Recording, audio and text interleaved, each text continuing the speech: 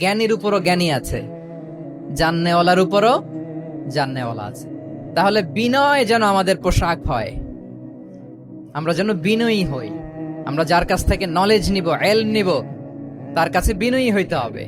যেই পাত্রে পানি ঢালবো এটা থাকবে নিচে, আর যেই গ্লাস থেকে ঢালা হবে ওইটা থাকে উপরে। মুসা আলাইহিস সালাম একবার বনি ইসরাইলের মাঝে আলোচনা করছিলেন, হঠাৎ এক লোক বলে যে ইয়া নবী আল্লাহ মান আ'লামু ফিল আরদ, বর্তমান পৃথিবীতে সবচেয়ে বড় জ্ঞানী কে? তো মুসা আলাইহিস সালাম বলে ফেললেন আনা, আমি সবচেয়ে বড় জ্ঞানী। এটা ভুল বলেন নাই, কারণ যাকে আল্লাহ তাআলা ওহির জ্ঞানে ধন্য করেন তিনিই তো সবচেয়ে বড় জ্ঞানী। তো আল্লাহ তাআলা এই রেসপন্সটা, এই আনসারটা পছন্দ করেন না। আল্লাহ তাআলা চাচ্ছিলেন মুসা আলাইহিস সালাম যদি বলতো যে আল্লাহই ভালো জানে বা আল্লাহু আ'লাম, আল্লাহই সবচেয়ে জ্ঞানী, এটা আল্লাহ পছন্দ করতেন। তো উনি যখন বলে ফেলছেন আমি, আল্লাহ বলে না মুসা, তুমি যে বলে ফেললে আমি সবচেয়ে বড় জ্ঞানী, তুমি তো সবচেয়ে বড় জ্ঞানী নও, তোমার চেয়ে বড় জ্ঞানী আছে। শুনে তো মুসা আলাইহিস সালাম অবাক, কি আমার চেয়ে বড় জ্ঞানী কোথায়? আল্লাহ বলেন ইযহাব ইলা মাজমাইল বাহরাইন, দুই সাগরের মিলনস্থলে যাও, ওখানে আমার এক বান্দা আছে ইসমুহু খাদির। এই খাদির, যারে আমরা বাংলায় খিজির বলি আর কি, এই খিজির তোমার চেয়েও জ্ঞানী। আল্লাহু আকবার। আপনারা সূরা কাহাফের তাফসীর পড়লে জানতে পারবেন। গেলেন, নৌকার মধ্যে বসা, হঠাৎ একটা চড়ুই পাখি এসে সাগরের পানি খাচ্ছে। অনেক, to make the long story short, বড় স্টোরিকে আমি ছোট করে বলছি। দুইজন নৌকায় বসা, একটা চড়ুই পাখি এসে সাগরের পানি খায়। তো খিজির আলাইহিস সালাম বললেন মুসা, চড়ুই পাখিটা দেখতে পাচ্ছ? মুসা আলাইহিস সালাম বললেন হ্যাঁ দেখতে পাচ্ছি। চড়ুই পাখি যে পানি খেলো এইমাত্র, এটা দেখেছো? হ্যাঁ দেখেছি। পানি খাওয়ার কারণে চড়ুই পাখির চঞ্চুতে, মানে ঠোঁটে যে একটু সাগরের ছিটে ফোটা পানি লেগেছে, দেখেছো? মুসা আলাইহিস সালাম বললেন হ্যাঁ দেখেছি। তো খিজির আলাইহিস সালাম বললেন এই যে সাগর থেকে, মহাসাগর থেকে পানি খাওয়ার কারণে চড়ুই পাখির ঠোঁটে সামান্য সাগরের ছিটে ফোটা পানি যতটুকু ঠোঁটে লেগে আছে, এটা হচ্ছে তোমার, আমার আর মহাবিশ্বে আমরা যারা আছি সবার জ্ঞান। আর এই পড়ে থাকা মহাসাগরের পানি হচ্ছে আল্লাহর জ্ঞান। চড়ুই পাখির ঠোঁটে লাগা পানি তোমার, আমার আর পৃথিবীর সবার, আমাদের যে জ্ঞান আল্লাহ দিয়েছেন এটা। আর মহাসাগরের পানিগুলো কার জ্ঞান? ওয়ামা উতিতুম মিনাল ইলমি ইল্লা কালিলা।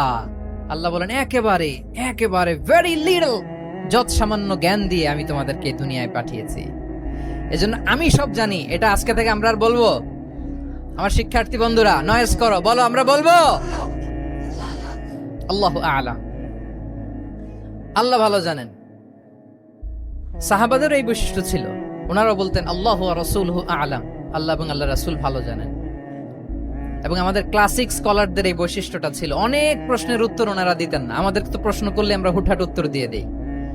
অন এন এভারেজে 10টা প্রশ্ন করলে ইমাম মালিক এর মধ্যে অধিকাংশ প্রশ্নের উত্তরে বলতেন আনা লা আ'লাম, আমি জানি না। আমি জানি না এটা যখন আমরা বলতে শিখি, তখনই বেসিক্যালি আমরা নলেজেবল হয়ে উঠি, জ্ঞানী হয়ে উঠি। তাহলে জ্ঞানার্জনের জন্য অপরিহার্য কয়টা বিষয় বলেছিলাম, মনে আছে না? ঘটনা শুনতে শুনতে কয়টা মোট? 1 নম্বরে বিনয়। আমরা বিনয়ী হব। আওয়াজ করে বলি আমরা কি হব? আমরা বিনয়ী হব। এই যে আমরা কোরআন হেফজ করলাম, এরপরে তুমি যদি বুখারী হেফজ করো, মুসলিম হেফজ করো, এটা তোমার বাহ্যিক জ্ঞান অর্জন হয়েছে। জ্ঞানের দুইটা সাইড, একটা ইন্টারনাল নলেজ আর একটা হচ্ছে এক্সটার্নাল নলেজ। বাহ্যিক জ্ঞান এটা হয়েছে, আরেকটা আছে ইন্টারনাল নলেজ, এটাকে বলে অন্তর্নিহিত জ্ঞান। ইলমে লাদুন্নি ওয়া আল্লামনাহু মিন লাদুন্না ইলমা। এটা শুধু কোরআন হেফজ করলেই হয় না, এটা কোরআন পড়ার পরে, হাদিস পড়ার পরে, এগুলোর উপর আমল করার পরে, বছরের পর বছর সাধনা করার পরে আল্লাহ তাআলা কোন ব্যক্তিকে ইলমের নূর দেন। এটা এত সহজ না। আমরা এক্সটার্নাল নলেজ, বাহ্যিক জ্ঞান খুব সহজেই রিসিভ করতে পারি, কিন্তু ইন্টারনাল নলেজ, যেটা অন্তর্নিহিত জ্ঞান, যেটা তোমার দূরদৃষ্টি বাড়াবে, তোমার ফেরাসাত বাড়াবে, তোমার বিচক্ষণতা বাড়াবে, তোমার ফারসাইটেডনেসকে বাড়াবে, ওই অন্তর্নিহিত জ্ঞানের জন্য বছরের পর বছর সাধনা করতে হয়। সো আমরা যেন বিনয়ী হই, এটা হচ্ছে নাম্বার 1। 2 নাম্বার কি বলেছিলাম? সফর। ফানজুরু কাইফা কানা আকিবাতুল মুকাজ্জিবিন।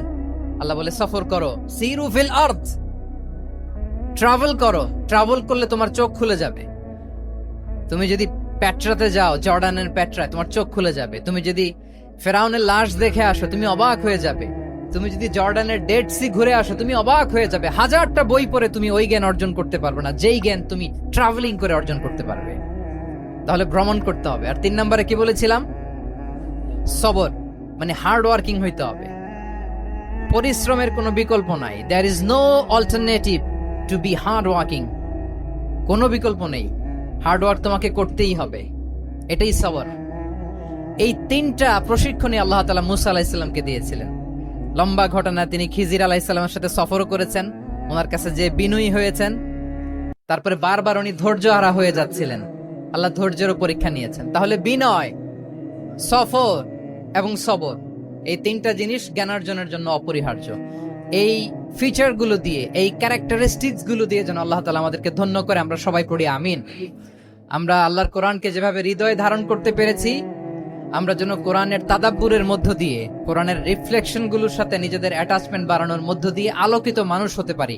আল্লাহ তাআলা আমাদেরকে তৌফিক দান করুক। আমি আবারও তানজিমুল উম্মাহ ফাউন্ডেশনকে অন্তরের অন্তঃস্থল থেকে শুভেচ্ছা জানিয়ে এবং তোমাদের যে এই চমৎকার সাফল্য, এই সাফল্যর ধারাবাহিকতা কামনা করে তোমাদের জন্য প্রাণ ঢালা অফুরান দোয়া এবং ভালোবাসা রেখে আমার সংক্ষিপ্ত আলোচনা এখানেই শেষ করছি। আল্লাহ তাআলা আমাদের সবাইকে কথাগুলো বোঝার ও আমল করার তৌফিক দান করুক। হাযা মা ইনদি ওয়াল ইলমু ইনদাল্লাহি আলাইহি তাওয়াক্কালতু ওয়া ইলাইহি উনীব। আসসালামু আলাইকুম ওয়া রাহমাতুল্লাহি ওয়া বারাকাতুহু।